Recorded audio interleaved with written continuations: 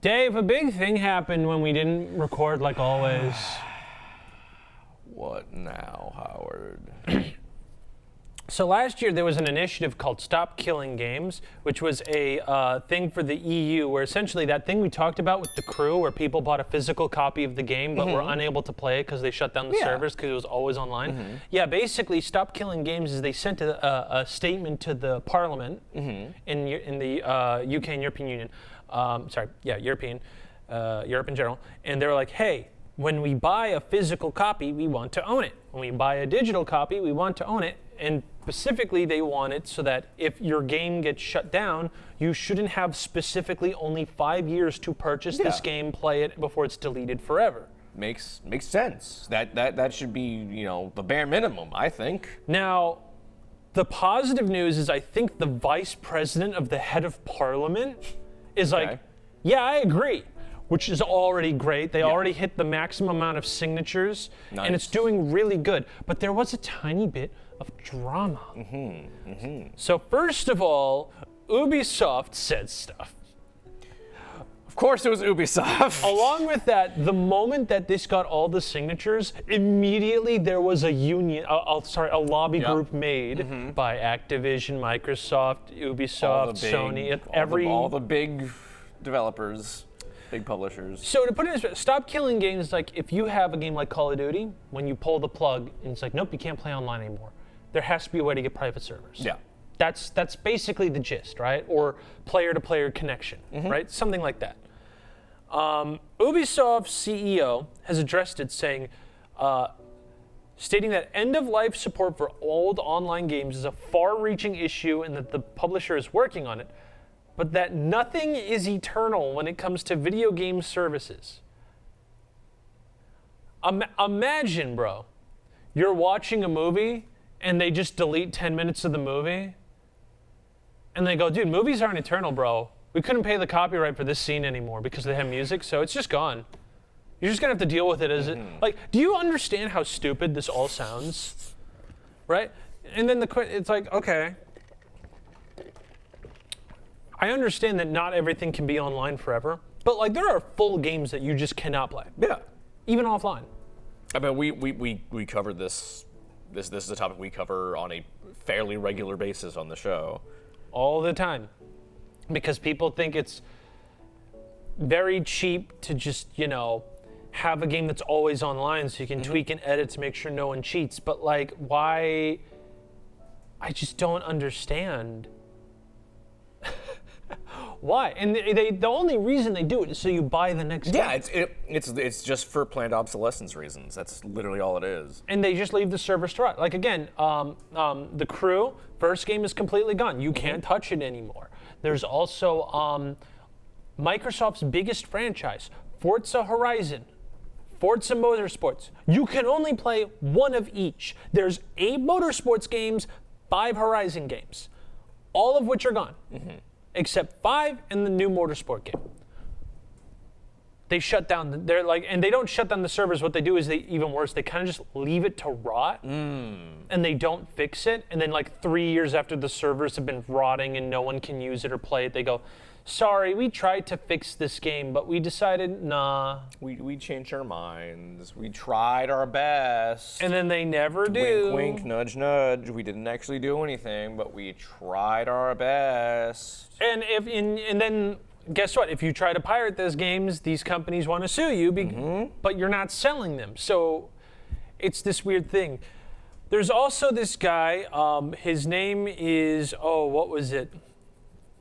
They had this really big beef that we missed of what is his name? Oh my God. Yeah, Jason Thor Hall. Yeah, I kept seeing something about this guy.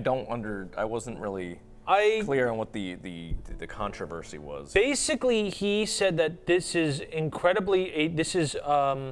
it's really bad because it's going to make development of games cost more.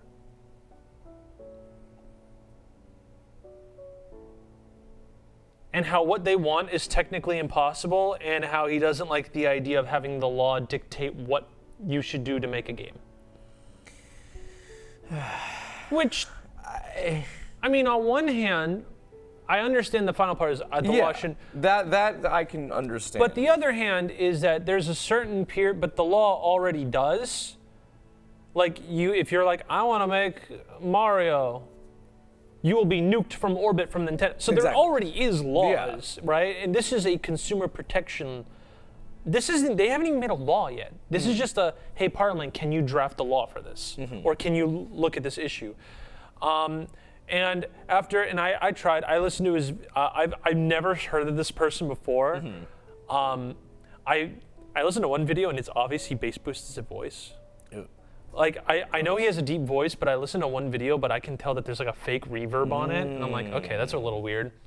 Trying to sound tougher than he actually is. I mean, look at this guy. Are you kidding me?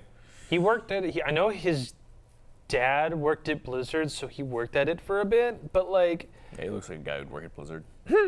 But I really don't understand. And I know a lot of people are in complete agreement over this. And there's even a list here, like Moist Critical, PewDiePie. Members of European Parliament really like this. The creator of Minecraft, the developers behind one of the Warhammer games. Okay. They're like, yeah, no, if you buy it, you get it, yeah. So it is kind of funny that if you look on because I'm on the Wikipedia page because I have to remember this guy's name. Yeah. Him and Ubisoft are the lone dissenters of this. Of course. But yeah, no, I really, really, really, really hope that this passes through. It would be nice to report on something good on this show. That would be really, really cool. Yeah. Well, they got so from what I can gather right now, as of right now, Stop Killing Games has gotten, the petition's closed and it has been sent to Parliament. The Citizens Initiative. So it's going to take, it got more than enough signatures, and I think right now is just the waiting period of the law being, or the rule being drafted. I don't know how Parliament works because laws aren't real anymore. Right. So I'm just like, so basically we're now in the waiting period. But I think this is a really cool thing, really nice, really happy. And I think you're kind of maybe a little scummy if you disagree with this, because I have yet to see a pretty valid argument against this. Same. I think this is a net this would be a net positive for the gaming industry as a whole. Because, like, again, I remember, I know they released a statistic, and they said they tested every game that was considered a live service, and you can only play about 30% of them. 30%? That's crazy. So that's every game that's considered a live service, not every game that is. Okay. I don't know if they also, I don't know how, I want to look at their statistics again, but I also think, like, yeah, this is, imagine a genre of games where you can only play 30%. Imagine you got into Westerns and you got told, oh, hey, you can only watch 30% of them. We deleted all of them to save money. You sound insane. It's expensive to keep all the terabytes of all those movies, so we just got rid of them. They had copyright music, the actors, so we just got rid of them. You sound insane. There's just no ifs, ands, or buts about it. Right? Like, yeah, no, I'd say. Like, I feel like a meth head's explaining this. Because there feels like there should be an obvious answer of, I want to buy the game. Yeah, no, the answer seems so ridiculously easy here. Yeah. But no one wants to put in the work for it. It's expensive. No, duh. Art's expensive. Deal with it and shut up. You want to make art? It's expensive. No, duh. Why don't you make Paranormal Activity for $25,000? Yeah. That's your only answer. There you go. Make a video game that's the cost of a Krispy Kreme donut. We could do that. No, we can't. Don't do it. No. You're right. We don't have Krispy Kreme. You're right. We can't do that. We used to. We used to. Now it's a Kelly's. Big rip. Big rip. No, it's a bank. It was across from Kelly's. No, it's the Kelly's. It was the bank that was across from Kelly's. No, it wasn't. Are we thinking about the one that's like right before you enter Somerville? No, we're not. No, we are not. Yeah. No, where that. I'm talking about the one that was next to Target. Wait, no. Wait, yeah. That also has a Kelly's right there.